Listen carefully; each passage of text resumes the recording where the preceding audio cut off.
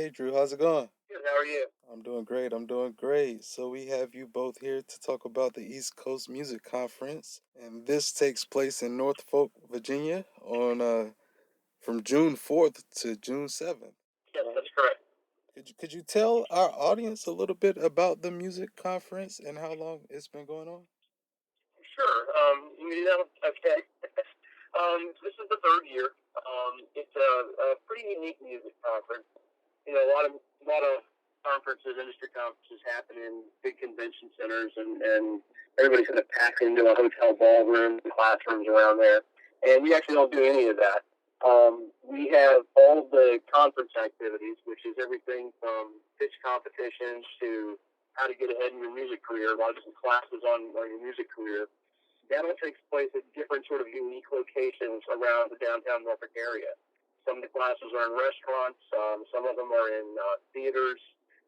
We have a lot of these old classic theaters here. There's different places that these things go on. And so what happens is instead of being locked in a hotel all day, you're able to sort of walk around and meet people and hang out and really check out the town. Then at night, we have, I think this year we're going to have 70 different acts playing at different venues, all within a walkable distance. And what is the entry fee? So if you want to come for all the music industry related stuff, it's $59 right now. It goes up to $99 by the time we get the day of. But if you just want to come here, 70 bands from all over the world play, there's no cost for that. You can go to the street parties, the outdoor shows, the club shows.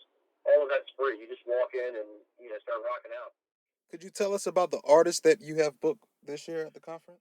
Well, we're still looking. We just closed applications. We have a lot of really neat artists. We have a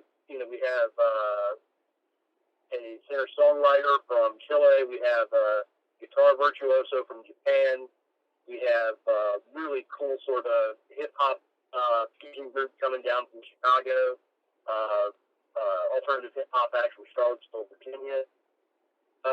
Who else, Grace? We've got so many books. We have really every kind of music. We have, blues.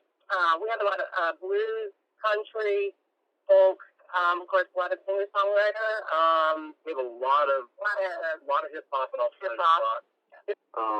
So yeah, it's every style. EDM. Oh yeah, we got a lot of EDM this year. Nice.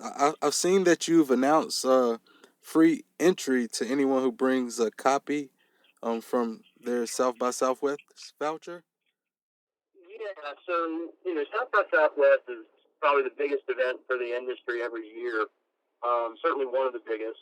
And so when we saw that they had to cancel, we really saw that as not just a challenge for them, but as a challenge for the whole industry. So many things happen at Southwest that are essential to the music business. We wanted to make it easier for folks who were missing out on that year, out on that this year, to come out and make those connections, meet the people that just have a chance at meeting some of the people they would have met at South by Southwest, and really sort of keep the industry going. Especially for the independent artists, it's so important.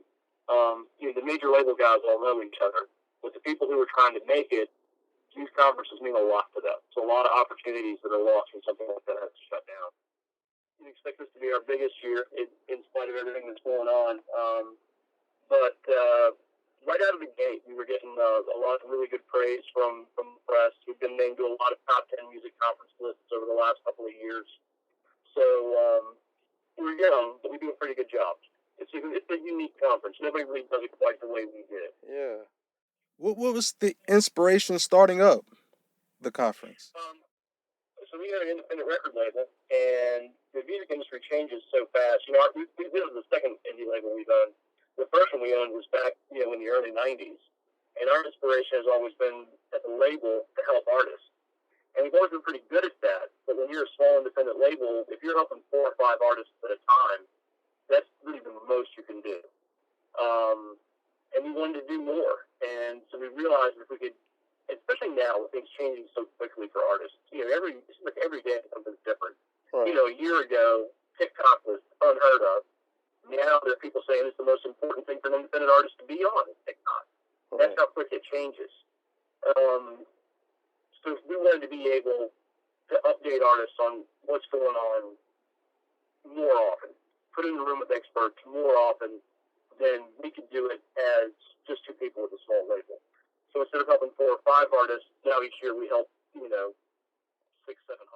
Right. I was gonna say, the music conference has to drive a lot of, I guess you could say, business to the area of Norfolk.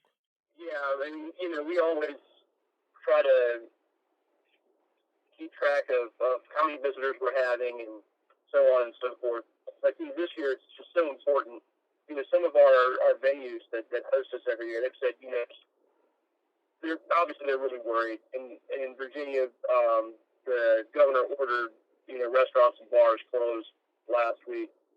So these people are shut down now. Yeah. And one of the things we're hearing is, hey, this is the light at the end of the tunnel. We need this.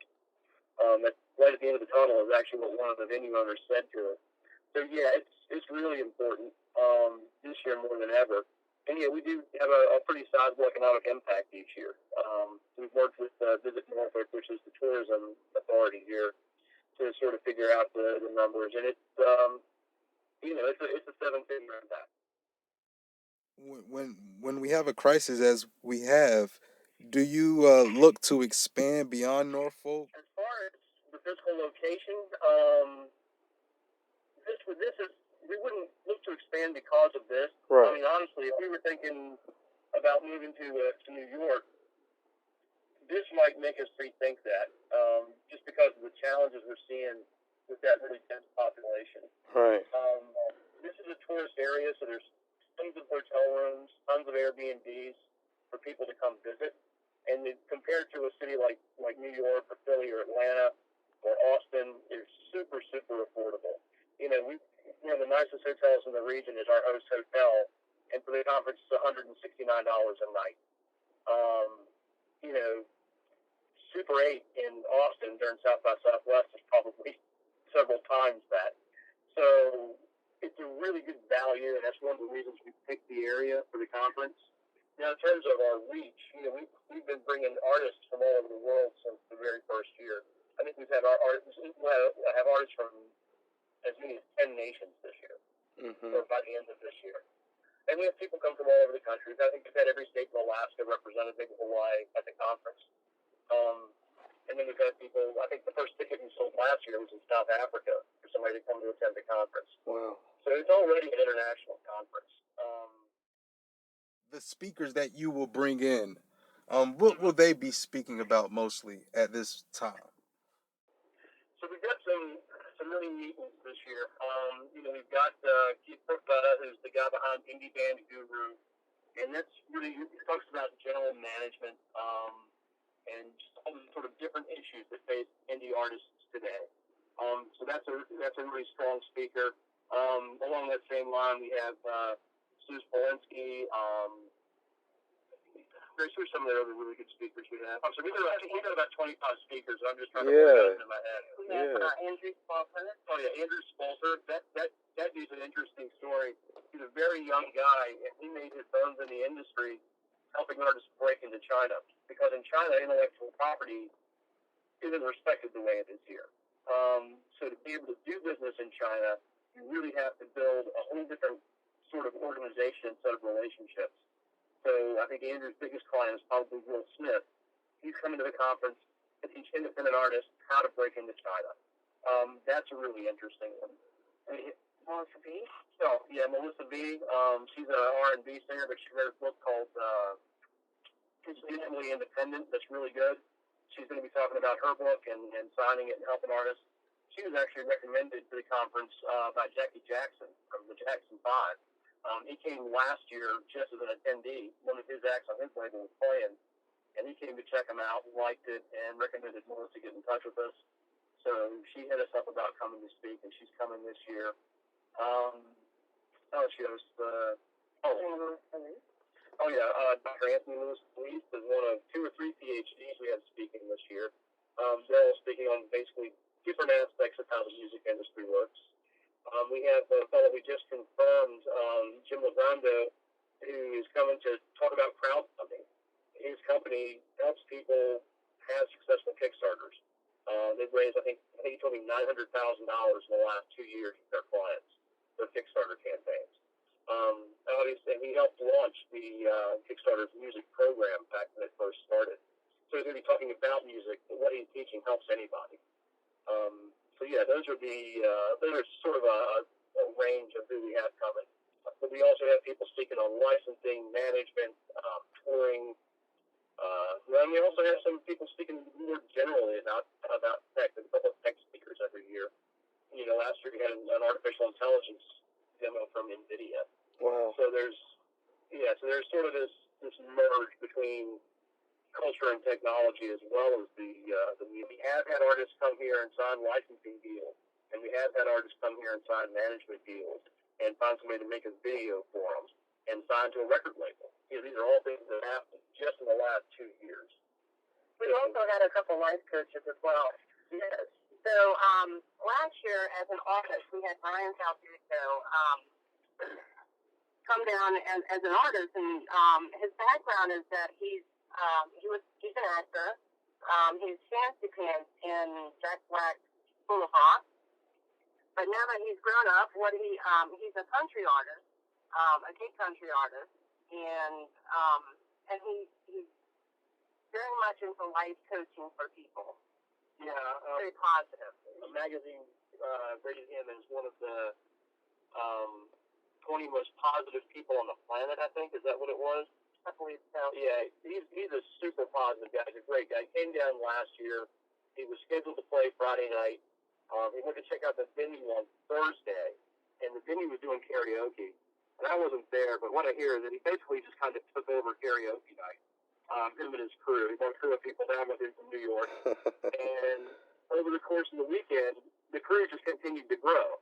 So you have a gay country artist from New York and his band hanging out with, young newlywed from Norfolk and a hip-hop artist from Augusta, Georgia. And I don't even know who else, but there's this whole crew of them that went around all weekend just making people happy. Yeah. Being great. So the community aspect of ECMC is something that, it's not something we can plan or we can control. It's something that's been happening on its own. And we've been, we've just been really blessed, to be honest, that people are coming in and making these bonds and having the good time they're having. And it, whether they're a fairly well-known rock band like Carousel came to us here last year, or you're just somebody from, down the road in Richmond that wants to see some bands, in the venues we have, you're never more than an arm's length away from the artists for the most part. There are a couple of venues with big tall stages, but most of you're right there with the artist, and you can buy them a drink after the show, and you can sit and talk, and you can hang out, and a lot of that goes on, and it's a lot of fun. And one of the unique things also is that going back to the venues and the restaurants, we work closely with the area restaurants, and we try to schedule things to highlight their restaurants and have events inside their restaurants. And last year we had a lunch with Matt Starr, who is the drummer for East Fraley. Black Swan. He played with Guns N' Roses in the past. Yeah. Yeah. And so we had a lunch, and the people who attended that were just blown away. Yeah. It was awesome. And the idea was that you sit down with Matt Starr, who's a career coach for musicians, because that's his day gig. He's in does all this touring as a drummer, and but he also writes for Modern Drummer and Drumhead, and he's also a career coach for musicians. And so here's a chance to sit down with a guy that costs, not a small amount of money to work with, and hear what he has to say. And Matt was so generous with his time. We had probably 20 people at this lunch, and I know that he talked to everybody there. But he also, throughout the conference, anywhere you would go, it seemed like you'd see Matt sitting on a bench or sitting at a table helping somebody all weekend long. And actually, Kevin Lyman, who founded the Warped Tour, he was our keynote last year. He did the same thing. I think Kevin probably talked 10 times as many people at the clubs as he talked to when he gave his speech. Because he was there for everybody. He was fantastic. And that's something else we see a lot with these speakers. They all work with independent musicians and up-and-coming musicians on a regular basis, and a lot of them have for years. And they're really there to help. And they're really accessible. And the website, I've taking a look at the website. You have photos on the website and a lot of information. So I'm imagining listeners can actually go to eastcoastmusicconference.com to stay updated with all information. Yes, we're getting ready to do a lot of updates right now. We've got all of our COVID-19 information up there. So yeah, we've got a lot of pictures of past years. We're getting ready to add more artists. I think we've got maybe a dozen up now. It's going to be more like 70 within a month. We've got probably a third of the speakers up. We're still collecting bios and photos. We'll have all the speakers listed in the next couple of weeks. And more events coming. We're hosting the International Independent Music Video Awards this year. That's on there. That's, a competition for the best music video by an independent artist or label in pretty much any category you can think of. And then we do the Independent Music Video of the Year. So that's a jury competition, and there's actually a voting portion where you can actually vote for the video you like the best. That's coming up here in a few weeks. So there's a lot of neat stuff there. We've got special events coming. We're gonna have yoga this year with one of the singer-songwriters. We're actually gonna do a free yoga session on Saturday morning. We're gonna have several book signings with different speakers and artists. So those will be on the site pretty soon. And then we've been doing goat yoga this year. It's an extra fee, but you can actually do yoga with little baby goats. It's something we saw actually at EDC, which is the EDM conference or festival. And we thought, wow, that's really cool. And just kind of by accident, we met a lady who does goat yoga. And we're like, bring the goats out. People will love that. And she's going to dress them up, too. Yeah. She's going to dress them up in little EDM and rock and roll outfits that she's doing the flight. So one night it's going to be like all little neon, like glow necklaces and stuff. And then another night she's got like little leather jackets and rasta and stuff for them. So the goats are going to be a lot of fun. We do have backup dates in case it goes on longer than we're expecting. Grace has got a background in medical crisis response and in communications management for that side of medical crisis. And so she's staying updated with CDC every day, and we're watching sort of the life cycle of the disease. We think we'll probably be okay in this area early May, but obviously we're watching it. If the curve, if things go pear-shaped, as they say in the Navy,